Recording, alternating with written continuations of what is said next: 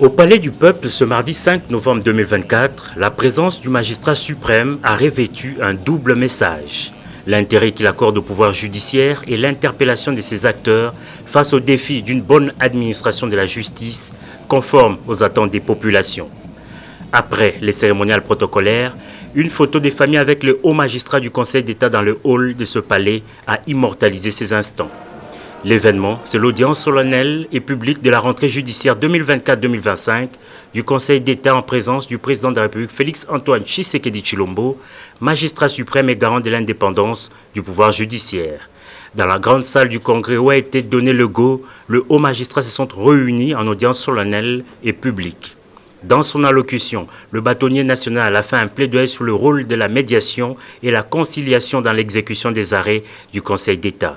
Le procureur général près cette juridiction a pour sa part consacré sa mercuriale à l'étude prospective du rôle du ministère public pour une justice administrative plus efficiente en République démocratique du Congo.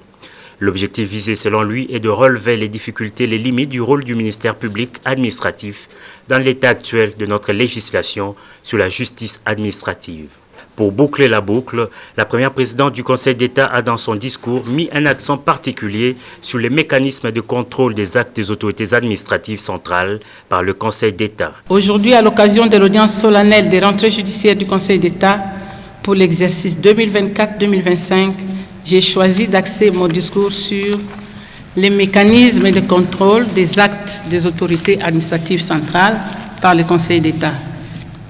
Pour satisfaire l'intérêt général, l'administration utilise entre autres les actes administratifs.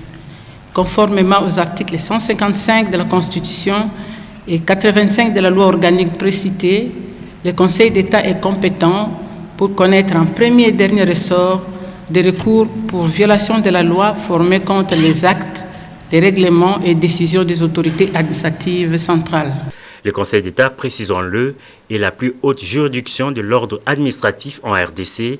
Il dispose ainsi du pouvoir général des dispositions, des gestions, des surveillances, d'inspection et des rapportages de l'ensemble des juridictions de l'ordre administratif.